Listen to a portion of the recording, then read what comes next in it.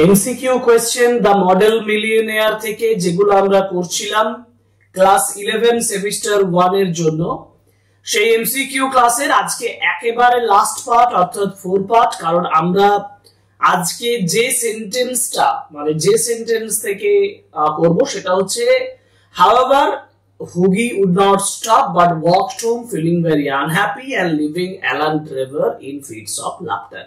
এখান থেকে একেবারে শেষ অংশ অর্থাৎ টেক্সটের শেষ পর্যন্ত এই পোরশন থেকে যা যা এমসিকিউ আসবে अबाउट 15 ইম্পর্টেন্ট কোশ্চেনস হবে, যেগুলো আমি আজকের এই ক্লাসটাতে আলোচনা করব। এবং তোমরা এখনো পর্যন্ত যারা টেক্সট অ্যানালিসিসটাই পড়োনি তারা ডেসক্রিপশন বক্সে লিংক থাকবে, সেই লিংক থেকে আগে দা মডেল মিলিয়নিয়ার টেক্সটটা ভালোভাবে পড়ে নেবে। Part 1 MCQ, part 2 MCQ, part 3 MCQ ভালোভাবে ফলো করো। পার্ট 4 এমসিকিউ আজকের ক্লাস। আরো একটা গুরুত্বপূর্ণ কথা বলে রাখি, যেটা হচ্ছে যদি তোমার পিডিএফ প্রয়োজন হয় তাহলে এই পার্ট 1, পার্ট 2, পার্ট 3, পার্ট 4 এর সম্পূর্ণ পিডিএফও আমি আমার টেলিগ্রাম চ্যানেল যেটা আছে ইংলিশ এডিশন সেখানে আপলোড করে দেব, তোমরা সেখান থেকে পিডিএফ পেয়ে যাবে।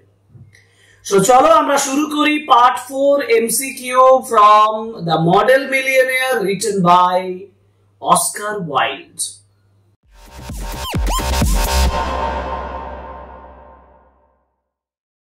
প্রথম যে কোয়েশ্চেনটা আমি দিয়েছি সেটা দেখো, বলেছি যে who visited Hughie the next morning. Who visited Hughie the next morning, হুগিকে পরের দিন কে দেখা করছে? Baron Hausberg himself, Alan Trevor, a servant from Laura's family, না a messenger from Baron Hausberg. এবং রাইট আনসার, ব্যারন হসবার্গ নিজে তো আসছে না, ব্যারন হসবার্গ তার একজন মেসেঞ্জার মানে সংবাদ বাহককে পাঠাচ্ছেন, অতএব option D is the right answer. A messenger from Baron Hosbarge, কারণ হুগি was visited by a named Monsieur Gustave Nardin, who was messenger sent by Baron Hosbarge. Okay. Now question number 2, what was Hugi's initial thought? হুগির প্রাথমিক ভাবনা চিন্তাটা কি ছিল? When he heard that the Baron had sent someone, প্রাথমিক ভাবনা চিন্তাটা কি ছিল যখন সে শুনলো যে ব্যারন কাউকে তার কাছে পাঠিয়েছে? তো that Baron wanted to thank him, সে ভেবেছিল যে ব্যারন তাকে ধন্যবাদ দিতে চায়।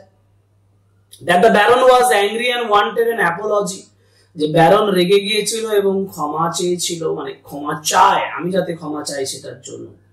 না that the Baron wanted to hire him, যে ব্যারন তাকে ভাড়া করতে চায়, হায়ার করতে চায়। And that the Baron had forgotten something, Baron হয়তো কোনো কিছু ভুলে গেছে।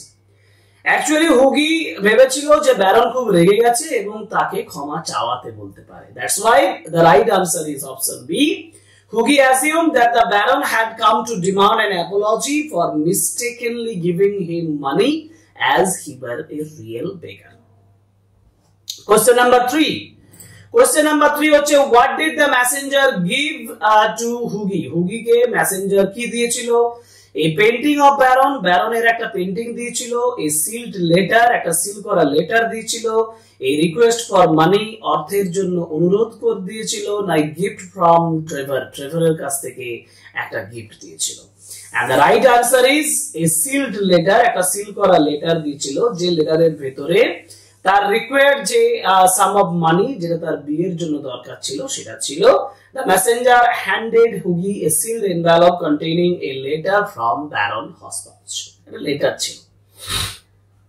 ওকে, আমরা কোশ্চেন নাম্বার 4 এ চলে যাব। কোশ্চেন নাম্বার 4 আছে what was written on the outside of the letter? লেটারের বাইরে কি লেখা ছিল? A thank you note from Baron Hosbarge, apology accepted from Baron Hosbarge, a wedding present to Hugi Erskine and Laura Martin from an old beggar, an invitation to meet Baron Hosbarge. And আমরা বুঝতেই পারছি লেটারের উপরে ছিল একটা gift of a wedding, যেটা আমরা বলবো option C is the right answer. কারণ the Baron humorously referred to himself as an old beggar while gifting Hugi and Laura a generous wedding present or wedding gift.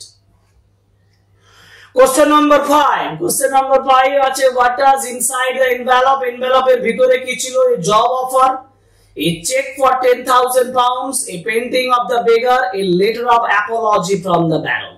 একটা job offer ছিল? না না না। A check for 10,000 pounds, yes, check for 10,000 pounds, যে 10,000 pounds টা দিচ্ছে হসবার্জ, তাই না? কিসের জন্য দিচ্ছে? Because he was impressed by the manner and the kindness of Hughie, and that's why. And the envelope contained a check worth 10,000 pounds, which was enough for Hughie to marry Laura. Okay? Now question number 6. How did Baron Hosburg show his generosity towards Hughie?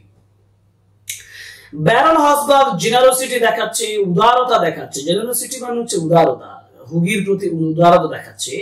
By offering him a job, by giving him a loan, by gifting him 10,000 pounds, by inviting him to stay at the mansion. তার প্রাসাদে থাকার কোনো প্রসঙ্গই ওঠে না, by inviting তো হবেই না।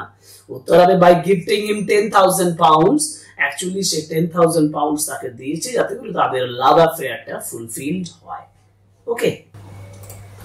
Question number 7. How did Baron Hosburg participate in Hughie's wedding? এবার প্রশ্নটা হচ্ছে যে ব্যারন হসবার্গ কিভাবে পার্টিসিপেট করছে হুগির ওয়েডিং এ। হুগির ওয়েডিং মানে হুগির বিয়েতে সে কিভাবে পার্টিসিপেট করছে। He funded the entire wedding, সম্পূর্ণ ওয়েডিংটার ফান্ড দিচ্ছে সে। He made a speech at the wedding breakfast, wedding ব্রেকফাস্টে সে একটা স্পিচ দিচ্ছে।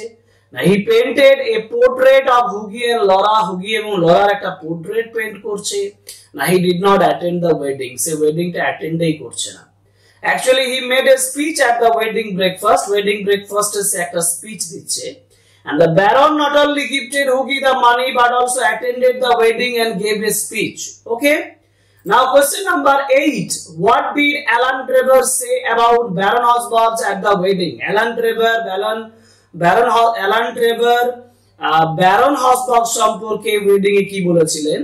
বলেছিলেন মিলিয়নিয়ার মডেলস আর রেয়ার এনাফ, বা মডেল মিলিয়নিয়ারস আর রেয়ার আর স্টিল, যেটা একেবারে লাস্ট অংশটা থেকে এটা ইম্পর্টেন্ট, এটা মনে রাখবে, হিউমারাসলি কথাটা বলা হয়েছে। Question number 9. What is the main theme of the model millionaire? তাহলে মডেল মিলিয়নিয়ারের মেইন থিম কি? মেইন থিম হচ্ছে মডেল মিলিয়নিয়ারের একেবারে মেইন থিম হচ্ছে hard work always leads to success, no wealth is more important than love, generosity and kindness, এটাও no, generosity and kindness are rewarded in unexpected ways, এটা আমি বলতে পারি যে generosity and kindness are rewarded in unexpected ways, অপ্রত্যাশিতভাবে উদারতা এবং দয়ালুতা কি হয়ে যায়? রিওয়ার্ডেড হয়ে যায়, পুরস্কৃত হয়ে যায়, যেটা হুগি এখানে পাচ্ছে, তাই না? ওকে। Question number 10. Question number 10. How does the story the model millionaire use irony? এখানে একটা কথা আছে দেখো, irony. Irony মানে হচ্ছে যে something happens, something expected, something is expected, but something contrary happens. বিপরীত কিছু ঘটে থাকে। A poor man becomes rich overnight. A rich man is mistaken for a beggar and given charity. Hughie marries Laura without needing money. Now Baron Hosburg secretly needed charity from Hughie. Right answer is option B.